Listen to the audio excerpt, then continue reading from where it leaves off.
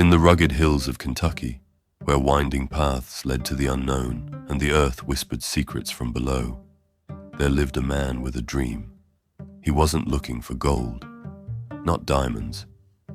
What Floyd Collins sought was hidden in stone, in darkness, and in silence. He was a cave explorer, and he believed that deep beneath the surface lay his fortune, if he could just find the right passage. Every day he worked with his bare hands, crawling, digging, exploring places no man had ever seen. But one winter morning in 1925, Floyd Collins entered a cave and never came back out. The world watched, families prayed, reporters gathered, and for days, a single question echoed across the nation. Will he survive this ordeal, or will Sand Cave become his grave?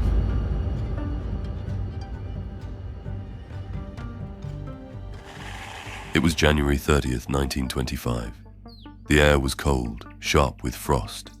Snow lined the branches in Cave City, Kentucky, and the hills were quiet, except for one man moving steadily through the woods. Floyd Collins, 37 years old, thin as a rail, with strong hands and a stubborn heart, made his way toward the entrance of Sand Cave. He hangs his jacket outside. It wasn't much use inside the cave after all, and ducked into a 5-foot opening by the entrance. The passage was small, and Floyd was on his hands and knees, crawling through sharp gypsum crystals and the usual dust. His trusty lantern flickers as he pushes forward, deeper into darkness. Floyd was no amateur. He had been exploring caves his whole life. He'd discovered Crystal Cave years before, and it was beautiful, but too far from the main roads. Hardly anyone came to visit. But Sand Cave was different. It was closer to the highway. If he could open it up, build walkways, maybe even lights, it could become the next big attraction. His family could finally have money. His dream could come true. He slid down a chute he dug out months earlier. There was hardly any light from the outside now. The only thing guiding him was his trusty lantern in his hand and his years of caving experience. He slowly reached what cavers called the turnaround room, because even the bravest often stop here. Beyond this point is a squeeze barely 9 inches high, a tough squeeze, even for Floyd. Still, he pushed forward, exhaling, pressing his arms tight to his sides and sliding through the gap. Crystals scratch at his clothes. He pushes forward with his feet, inch by inch, until he reaches a wider space. Come now, almost there. Down a 10-foot drop he went. Slowly, this wasn't anything new to him. He'd been here before after all, almost daily in fact. All right, time to dig. It was a small passage. Hardly anyone could fit through it. But Floyd was sure that beyond it lied something amazing, shining crystals. They'd be the perfect tourist attraction. He could almost smell the money coming in. Or was it just dirt? He carefully chipped at the rock bit by bit, trying to widen the passage. It was hard to keep the passage of time here. It was pretty monotonous work after all, and painfully slow to boot. Huh. What's that? The light from the lantern was flickering. Better refuel that. He sighed, backing up carefully, pushing the lantern with his shoulder, slow and steady until the lantern fell and broke. Damn it. He cursed under his breath. Breathing deeply, he feels around with his feet, looking for something to push off of. He'd been in worse situations before. Ah, there it is. It was a huge blunder. A loose rock the size of a bowling ball fell from the ceiling and slammed into his left ankle. Damn it. He squirmed as a result. More gravel and dirt pour down, burying his legs and waist. He tries to move. The more he struggles, the tighter the cave holds him. He's trapped, deep underground, in total darkness, alone. Little water droplets from the melted snow dripped on his head. He would have shield. Damn, he would have moved if not for all this bloody gravel in that rock. That god-forsaken rock. Help! Anybody help! He screamed with all the air he could muster in his lungs. But no one was there. He decided to rest. What else could he do after all?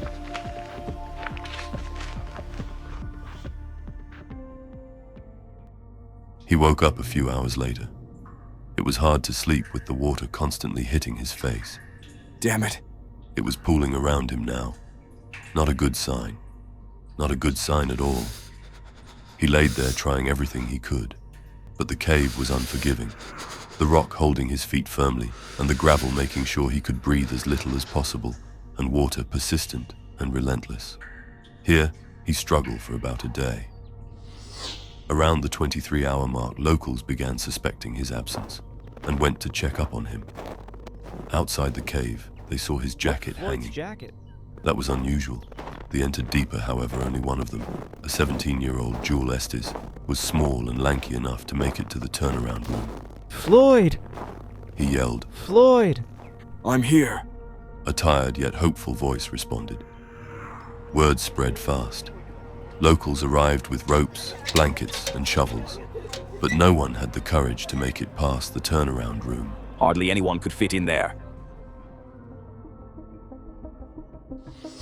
Back in Louisville, his brother Homer was informed of this predicament. What? He arrived as fast as he could, walking past the hordes of spectators. There were quite a lot of them by now, with fires and whatnot to enjoy the show. He bolted through the cave, made it to the turnaround room, and in he went. Floyd? Brother, thank God you're here. He felt relieved. Surely his brother would get him out of here. Food and water! Quick! Homer shouted through the hole and fed Floyd a liter of coffee. It was cold down here. Fed him whatever he could and got to work, scraping the gravel with his hands and any tools he could find. It was hard work, especially in such an awkward position. The more gravel he removed, the more came pouring down. The supply seemed endless. Don't worry, brother. I'll get you out of here. Tired and exhausted, he came out of the cave, his hands beaten and bloody, and sat down near the entrance to recuperate. He was dispirited. At around 10 a.m., a new figure arrived. William Skeets Miller, a young reporter from the Louisville Courier-Journal, and began asking questions. Homer wasn't interested. He had given interviews to loads of reporters already. Not a single one of any help. This wouldn't be any different now, would it? Frustrated, he bluntly said, Listen, you want more information? The cave is right behind me. Why don't you go in there and find out for yourself? All right, said the reporter, a determined expression on his face. Down he went, slowly, a little frightened as well. He was no caving expert after all, though he certainly was small, wiry, and just slim enough to fit in the crawlway, and courageous at that. He crawled onto the turnaround room. The floor was wet here, and the water kept on coming. This was partly due to hordes of people gathered outside the cave. Nearly all of them rested around small campfires, and all that heat was melting the ice around the cave. Morning. Floyd, is it? William Miller, Louisville Courier-Journal. You holding steady in there? Floyd looked up and saw the young reporter. Cold as a well digger's behind, but 1,000 times better off than you fellows up there. They talked for a while, but Floyd was delirious. He was hardly making any sense now. The cold was getting to him. Miller gave him some more coffee and returned to the cave entrance. Seeing his clothes soaked and muddy, there was finally a glimmer in Homer's eyes. We can get him out together. You and me. Back inside the cave, Floyd was hopeful. Cold, yes, but hopeful. With all those people gathered out there to help him, he'd surely be out by supper. I'll lick this yet. I'm not going to give up. Hey there. Another new face was peeking at him from up above. Hello? It was Lieutenant Robert Burden, a firefighter down at Louisville. Quite the pinch you're in, Floyd. He said, trying to lighten the mood. But I think we can just pull you out with a bit of elbow grease. Floyd nodded weakly. All right then. I'll be back. Floyd woke up to the sound of Homer carefully putting a harness around him. Don't you fret. You'll be out in no time, buddy. It was connected to a rope all the way to the outside, held onto by 6 burly men. Here, drink up. Homer gave him a swig of whiskey and a sedative. It was time to pull. On my mark! Pull! Pull! Pull! Pull! Stop! Floyd was screaming in pain. His torso was bending and crushing against the ceiling of the rock. The pain was unbearable. Stop! Shouted Homer. The attempt was a failure. The crew came out dejected. Any and all attempts to help Floyd were yielding no results, each failure lowering their morale further and further. It was frustrating and exhausting. I can't help him. I can't help my brother. Homer thought, his palms on his head. Hey, Homer, Floyd is all over the news. Came a voice here with a to strong help. hand on his shoulder. It was a confident voice, the voice of someone who had the situation under control. Homer looked up to a face that could turn the situation around. It was Johnny Gerald, their childhood friend and an experienced caver. Johnny? He also had quite a lot of experience Johnny, rescuing you have trapped to help cavers. him. Help Floyd. Just the man for the It's a job. rock about this. Homer couldn't help I but can't- feel hope. We can't pull If him anyone out. could help Floyd It's out of been that days. wretched cave, it was him. Please help Floyd. Gerald quickly caught up to the situation and went inside the cave. He was a big man, but that didn't stop him from crawling to his friend's rescue. He went on, battered and bruised by the unforgiving gypsum shards and the icy cold water. How's tricks, old sport? Floyd was still in pain from his last rescue You attempt look like you've been when he through the looked up ringer. at a face smiling. It had seemed like a decade he last saw someone smile, but that face seemed familiar. If only there was a little more light in here. Slowly, a face was revealed. Johnny! For the first time after all that suffering, Floyd had hope. Let's get you out of here. Gerald hopped down to him and started working on the original plan. He worked tirelessly for hours, moving stone after stone. Each time one fell, he cleared it too. By midnight, he had made enough space to shift Floyd's position and clear gravel from around his body. Bit by bit, Floyd's shoulders, chest, hips, and thighs came free. It was incredible progress. Gerald kept going, removing nearly 1,000 pounds of debris. Breathing was easier for Floyd now, his limbs freer. But that one stubborn rock by his foot still held him down. By 2 a.m., Gerald was exhausted. He needed rest. Tomorrow you'll be a free man. Of the 3 people who could reach Floyd, Gerald and Homer were out, exhausted and sick. That left only Miller, who was tied up with work. With Burden barred from entering, Floyd was left alone, calling out into the dark, wondering why no one was coming. Miller was busy reporting updates on Sand Cave to his boss. Those updates made their way to the Associated Press and quickly spread across the nation. By afternoon, Miller rushed back to the cave. Inside, he noticed electric lights had been installed, illuminating the entire path to Floyd. We meet again. Miller said, as he reached him. He clipped a final bulb to Floyd's collar to keep him warm, then resumed clearing gravel into buckets, passed along by a human assembly line.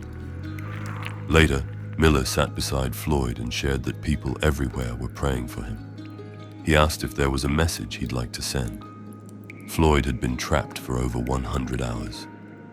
Seeing the teamwork and care around him gave him hope. He asked Miller to tell the world, I believed I would go to heaven. I can feel that I'm to be taken out alive, and with both my feet. I kept thinking what would happen if the rock above me fell. I tried to drive my mind to something else, but it wasn't much use. I knew I couldn't do much to help those helping me, but their efforts gave me courage. On Tuesday morning, I thought, 4 days down here, and no nearer freedom than on the first. Will I get out? I couldn't think of it. I have faced death before. It doesn't frighten me. But this is so long. Tell them I'm not going to give up. Tell them I'll fight, be patient, and never forget them. After about 5 or 6 hours of rest, Miller came back. He eyed the boulder trapping Floyd's foot. The space was narrow, too narrow for most. But Miller could just squeeze through, All right, he muttered, grabbing a crowbar. let's get you out of here. He jammed the bar through the gap beside Floyd, setting it just under the rock. Floyd watched, tired but hopeful. He's really trying. He thought. God, please let it work. Miller reached for a jack. The plan's simple in theory. Wedge the crowbar under the rock, press the jack against the ceiling, and force it free. But the jack was too big. It wouldn't fit. Too big.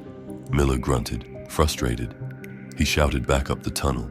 Send down a smaller jack. When it finally arrived, it was too small. It didn't even reach the ceiling. Miller's mind raced. He grabbed 2 blocks of wood and stacked them under the crowbar to raise it. The setup wobbled, crude, but it might work. He set the jack on top and took the spanner in his fingertips, barely able to maneuver in the tight space. His back was twisted, legs braced. Here goes nothing. He whispered. He turned the wrench. The jack slipped. The whole contraption collapsed. Floyd flinched, still stuck. Keep going, buddy. Miller grit his teeth, soaked in sweat. He set it all back up. No progress, just pain. But then, on the next try, something shifted. Did it move? It moved. Miller's heart pounded. The rock budged, just a little. He turned the wrench again, hands shaking, arms burning. Then, one of the wood blocks shot out, the setup scattered, the rock smashed back down on Floyd's foot. Floyd let out a quiet gasp, but forced a weak smile. You almost had it, he said. Miller didn't stop. Over and over he tried, repositioning, adjusting, sweating through his shirt, his fingers numb, limbs screaming. But it wasn't enough. Hours passed. Eventually, Miller collapsed from exhaustion, his chest heaving. I can't do this alone, but I'm the only one small enough to even try. He turned to Floyd before crawling back out. We'll get you out, Floyd, he said. There's a way, I can feel it. Floyd nodded, barely awake. I believe you. And with that, Miller left the cave, for now. He stepped outside. As his eyes adjusted to the light, they saw something new. Henry Carmichael, the superintendent of Kentucky Rock Asphalt, standing in front of a crowd of engineers, soldiers in military uniform and hard hats. He'd quietly observed from the sidelines and sent 2 of his surveyors into the cave. The surveyors started inspecting the cave, and it didn't look promising. Signs of severe deterioration were evident. The stability of the cave was rapidly declining. Rocks were falling, and the wooden beams supporting the ceiling were splintering. The situation was becoming increasingly dangerous. Anybody! Help! I need water! Somebody! One of the surveyors, Casey, Did you heard hear faint that? groans of help in the distance. He walked deeper into the cave. The walls shifted with every step, the tension building. He squeezed through a tight passage and dropped down next to Floyd, who was barely conscious, covered in dirt. Here you go.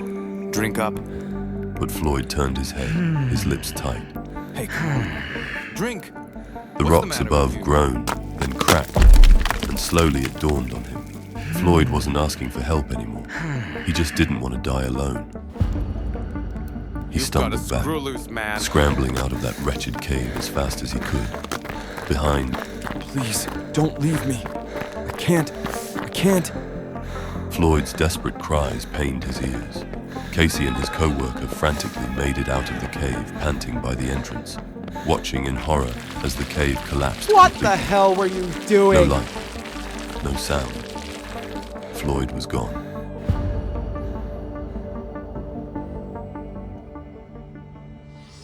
The next morning, Miller and Burden were optimistic. Today, they thought, would be the day they'd get Floyd out. They gathered their tools, wire to stabilize the wood blocks, a blowtorch to carve away rock. But when Miller reached the squeeze, This can't be happening. the entrance was blocked, completely filled with rubble. The optimism vanished. Miller raked away at the debris, but more rocks fell in its place. Damn it! He swung at the rocks, but a heavy chunk of debris struck him hard. He was bloodied, but alive. Miller stumbled back out of the cave, his face bruised and battered. Miller, what happened? For God's sake, don't let anyone in there. It's over. We can't reach him. Miller was done. He left the site. Burden stood there, unsure of what to do. Back at the house, Homer was ill and out of action. Gerald, furious, stormed up. I told you! I told you people to stay away! Now look what happened! The cave was a tomb, but Gerald wasn't one to give up. He made hundreds of rounds to the turnaround room, clearing all the rubble he could. coming out only when necessary or when he suspected another cave-in. Johnny had been digging for over 8 hours. I'm not giving up on you, his body Floyd. aching, arms burning from reaching overhead. Just when he thought he couldn't move anymore, his hand found an opening, a small gap that let in a sliver of light. Floyd's voice came through, weak but alive. Floyd! Can you hear me? I'll get you out! The Whatever it relief takes. was fleeting. Floyd was still alive, but barely. Johnny's heart raced. 6 days, he couldn't leave him now. At 10:30 p.m., Johnny gathered his tools and rallied the men for one last push. They crawled into the turnaround room and froze. The cave-in was worse than before. The passage was now buried in a sea of rocks, gravel, and mud. Floyd! We're coming! Hang on! Floyd's voice came back, faint and desperate. Don't leave me. I'm still here. Johnny couldn't let his friend die alone. He crawled forward, digging through the rubble. But with every bucket he filled, more rocks tumbled down. The cave was breathing, alive, ready to collapse at any moment. No! No! No! Not now! Please! Silt rained down on him. He thumped a jagged rock, hitting him in the back, and knocked the air out of his lungs.